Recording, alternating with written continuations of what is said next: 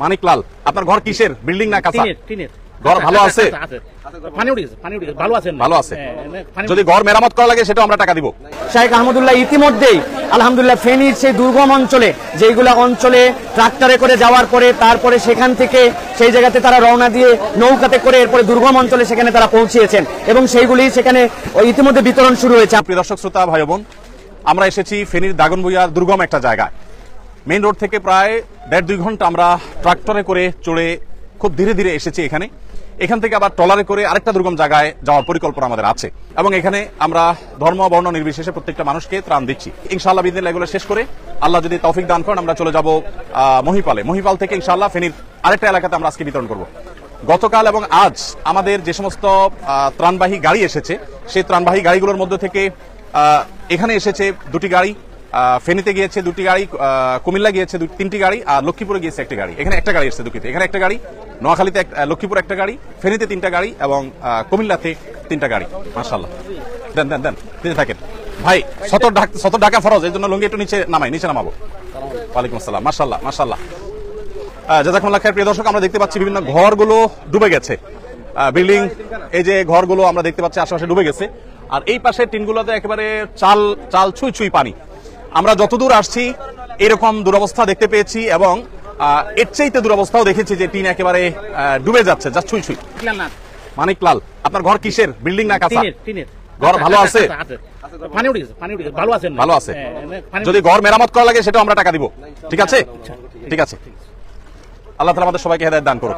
ওয়ালাইকুম আসসালাম বাবাজি, ভালো আছেন আপনি? তো যাই হোক, আমরা দোয়া করবো আল্লাহ রাব্বুল আলামিন মানুষের কষ্ট লাঘব করে দেন, কষ্ট দূর করে দেন এবং বিশেষ করে প্রত্যেকে যার যার জায়গা থেকে আমরা মানুষের পাশে দাঁড়াবো। আলহামদুলিল্লাহ উদ্ধার তৎপরতা অলমোস্ট শেষের দিকে।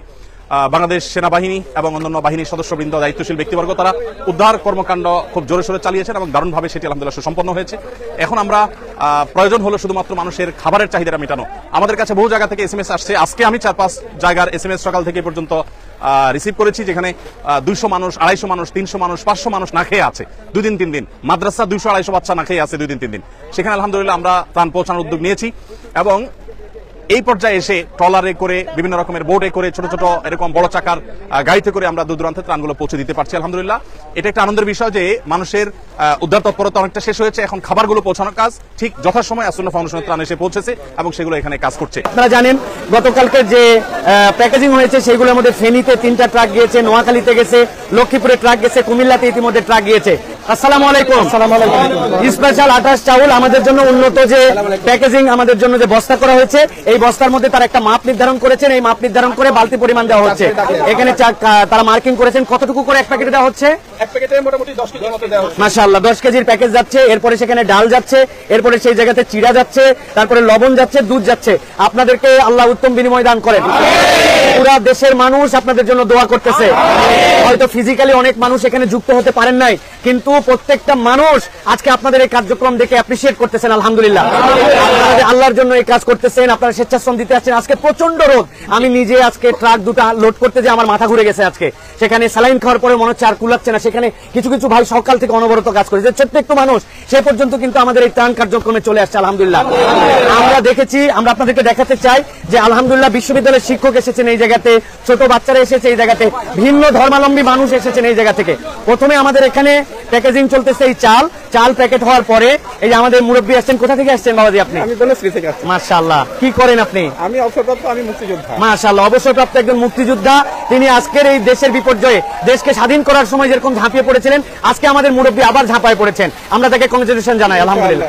জি ভাইজানেরা, আলহামদুলিল্লাহ। কোন ইউনিভার্সিটি আপনার? আমি হচ্ছে আইসিটিতে পড়াশোনা করতেছি, বিএসসি করতেছি। মাশাআল্লাহ মাশাআল্লাহ, আপনারা এই জায়গা থেকে আসছেন। আপনি ইস্ট ওয়েস্ট ইউনিভার্সিটি থেকে আসছে আমাদের ভাইরা, সরকারি তিতুমির কলেজ থেকে আমাদের ভাইরা আসছে আলহামদুলিল্লাহ। আমাদের ভাইরা এখান থেকে যে চালের প্যাকেজিং চলতেছে, চালগুলি এখান থেকে রেডি হওয়ার পরে চেন হয়ে যাচ্ছে। আপনাদেরকে দেখাচ্ছি যে আমরা কিভাবে আমাদের প্যাকেজিংটা হচ্ছে। ওয়ালাইকুম আসসালাম, কেমন আছেন আপনারা? আলহামদুলিল্লাহ। চালের প্যাকেজিং এর পরে ওয়ালাইকুম আসসালাম রহমতুল্লাহ বারাকাতুহু। কোন ইউনিভার্সিটি আপনি? নর্থ সাউথ ইউনিভার্সিটি থেকে আমাদের ভাইরা আসছেন। ভাইজান মাশাআল্লাহ, দারুন নাজার সিদ্দিকিয়া কামিল মাদ্রাসা থেকে আসছেন। আমাদের মিজানুর রহমান, ডক্টর মিজানুর রহমান আজহারি ভাই যে মাদ্রাসার ছাত্র ছিলেন, দারুন নাজাতের আমাদের ভাইরা আসছেন আলহামদুলিল্লাহ। এই যে আমাদের বৃহত্তম ময়মনসিংহ সমিতি, আমাদের ভাই এই ইউনিফর্ম পরে এখানে চলে আসছেন আলহামদুলিল্লাহ। এইখানে আমাদের ডালের স্তূপ আপনারা দেখতে পাচ্ছেন। এই ডালগুলি একটা চালের বস্তা যেটা আছে, এই চালের বস্তার মধ্যে আপনাদেরকে দেখায়। প্রথমে চাল শুরু হলো, এরপর এখানে ডাল দেওয়া হলো, তারপরে এখানে স্পেশাল একটা লবণ দেওয়া হচ্ছে। এরপরে সামনে যখন যাবে এই চেনটা আস্তে আস্তে করে আমাদের যাচ্ছে, এরপরে হচ্ছে চিনিতে, তারপরে যাচ্ছে তেলে যাচ্ছে, এরকম ভাবে এই চ্যানেলটা বের হয়ে আমাদের আস্তে আস্তে করে প্যাকেজিং পর্যন্ত যাচ্ছে। আমাদের দুইটা শেডে দুইটা ভলিউমে কাজ চলতেছে। আজকে এত পরিমাণ তীব্র রোদ যেটা আপনি বিশ্বাস করতে পারবেন না এখানে না আসলে, এবং আলহামদুলিল্লাহ আপনারা দেখে খুশি হবেন। এই যে এখান থেকে আসার পরে এই যে এখানে টাই ক্লিপ করা হচ্ছে, এখানে টাই ক্লিপ দিয়ে এগুলো সব প্যাকেট করা হচ্ছে। এই প্যাকেট করার পরে এখান থেকে চলে যাচ্ছে। আরেকটা জিনিস দেখায়, আমাদের অনেক ভাইরা এখানে আসার পর আহত হয়েছেন, এখন পর্যন্ত দেখা যাচ্ছে যে হাত পা ছিলে গেছে। হাজার হাজার মানুষ এখানে যেহেতু আছেন, সেই ভাইগুলোর জন্য ট্রিটমেন্টের ব্যবস্থা এখানে রাখা হয়েছে। ট্রিটমেন্টের জন্য আমাদের ভাইরা এখানে ফার্স্ট এইডের ব্যবস্থা রেখেছেন। কি কি মোটামুটি আমাদের যারা আসছেন এখন পর্যন্ত কেউ ইনজুর হয়েছেন? হ্যাঁ, জি, আচ্ছা, কাঁধে ব্যথা হয়ে যাচ্ছে, কাঁধে বস্তা নিতে দেয়, কারণ এটা তো একটা পরিশ্রমিক যে 50 কেজিওয়ালা বস্তা। সেই সকাল থেকে তারা কাজ করতে চায়, আসি বলতেছে ভাই আমার আর কাজ করতে, আমি আরো কাজ করতে চাই, আপনি আমাকে একটু ব্যথার ওষুধ দেন। সাজেশন করতেছি ব্যথার ওষুধ কম খাওয়া, তারপর না আমার কাজ করতে হবে। আমি ওই বনবাসীর কাছে যাইতে পারি নাই, আমি অন্তত এখানেও একটু হলে সাহায্য করি। মাশাআল্লাহ, মাশাআল্লাহ, জি আলহামদুলিল্লাহ। আর আমাদের ভাইদের জন্য এমনি বিশেষজ্ঞ ডাক্তারের পরামর্শ এখানে আলহামদুলিল্লাহ তারা প্রাথমিক ট্রিটমেন্ট দিচ্ছেন এই জায়গাতে আমাদের ভাইদের জন্য। আলহামদুলিল্লাহ আপনারা শুনেছেন যে এই সকাল থেকে 50 কেজির বস্তা তারা টানতেছেন, টানার পরে কি পরিমাণ পরিশ্রম এই জায়গাতে। এই যে রোদ, আপনারা এই জায়গায় তাকায় থাকা কঠিন, সেখানে আমাদের ভাইরা কিন্তু এই দেখেন এক পাশ থেকে বস্তায় আসছে স্কুল বয়। মাশাআল্লাহ, কোথা থেকে আসছেন আপনি? মোহাম্মদপুর থেকে। কি কিসে পড়েন? আমি এবার এইচএসসি ফার্স্ট ইয়ারে। মাশাআল্লাহ, মাশাআল্লাহ, মাশাআল্লাহ। আমাদের ভাইরা এই যে আপনার, ওয়ালাইকুম আসসালাম, আপনারা দেখছেন যে আলহামদুলিল্লাহ যেটা বলেছিলাম আপনাদের কাছে যে মানুষের ভালোবাসা, মানুষের জন্য যে ভালোবাসার উজ্জ্বল দৃষ্টান্ত উপস্থাপন করেছেন সেটি কিন্তু আমরা দেখতে পাচ্ছি আমাদের ভাইদেরকে। এই মানুষেরা জীবনে কাঁধে বস্তা উঠায় নাই। এই মানুষগুলি আজকে দেশের এই প্রয়োজনে, এই যে আমাদের মুরব্বী, আমাদের সিনিয়র মানুষজন যারা, তারা কখনো কাঁধে, এর আগে কখনো কাঁধে বস্তা উঠানো হয়েছে এইভাবে? আলহামদুলিল্লাহ। এই যে এইটা কেমন অনুভব করছেন হৃদয় থেকে যে আমাদের দেশের এক শ্রেণীর ভাইরা যারা হয়তো ওরকম নিডি না কিন্তু আজকে পরিস্থিতির শিকার হয়ে গেছেন, এটা আপনার অনুভূতি যদি বলতেন। এটা অবশ্যই খুবই দুঃখজনক এবং আমাদের একটা দায়িত্ব আছে তাদের পাশে দাঁড়ানোর। জি, আমাদের দেশের লোক হিসাবে তাদের। আপনি কোথা থেকে আসছিলেন? আমি মিরপুর থেকে। এমনি কি করা হয় আপনার? আমি একজন আর্কিটেক্ট। মাশাআল্লাহ, উনি একজন আর্কিটেক্ট যার ডিজাইনে, যার প্ল্যানিং এ হাজার হাজার লোক কাঁধে বস্তা উঠায়। আজকে উনি দেশের প্রয়োজনে কাঁধে বস্তা উঠানোর জন্য আমাদের এখানে চলে আসছেন। আল্লাহ আপনাকে উত্তম বিনিময় দান করে। কোথা থেকে আসছিলেন আপনি? মিরপুর থেকে আসছি। মাশাআল্লাহ, কি করা হয়?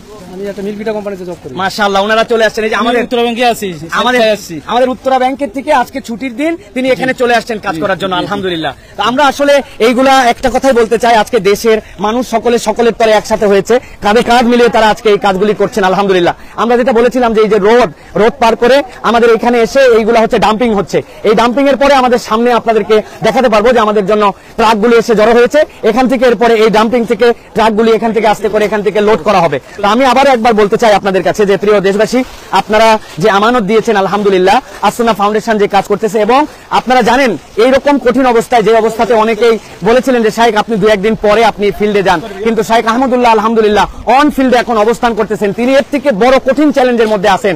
তিনি, আপনারা দেখেছেন ইতিমধ্যে যে একটা ট্রাক্টরে করে উঠে দুর্গম একটা কি বলে পথ ইঞ্জিন চালিত নৌকায় পার করে এরপরে তিনি সেই জায়গায় ত্রাণ দেওয়ার জন্য কিন্তু ছুটে গেছেন। শাইখ অন ফিল্ডে এখন আছেন আলহামদুলিল্লাহ। আর এখানে আমাদের ভাইয়েরা চালানের কাজ করতেছেন, তারা যোগান করে দিচ্ছেন। আজকে যে কি ভীষণ রোদ, এই রোদ আপনারা চিন্তা করতে পারবেন। এই জায়গাতে কায়িক শ্রমিকরাও দুপুরবেলা এই সময় ব্রেক নেয়, কিন্তু আমাদের ভাইদেরকে আমরা বুঝিয়েছি যে ভাই বাই শিফটিং এ আপনারা কাজ করেন, নিজেরা অসুস্থ হয়ে যান না, কিন্তু আবেগে তারা দেশের টানে ভালোবাসায় আজকে কিন্তু এই কাজ করছেন। তো আলহামদুলিল্লাহ, গতকাল পর্যন্ত আমাদের যে আপডেট আপনাদেরকে দিয়েছিলাম যে কাজগুলি গতকাল পর্যন্ত হয়েছিল, সেই কাজগুলির পরে এখন আলহামদুলিল্লাহ নতুন করে প্যাকেজিং হচ্ছে এবং আরো অনেক ট্রাক আমাদের কিন্তু মাল কিন্তু নামানোর জন্য।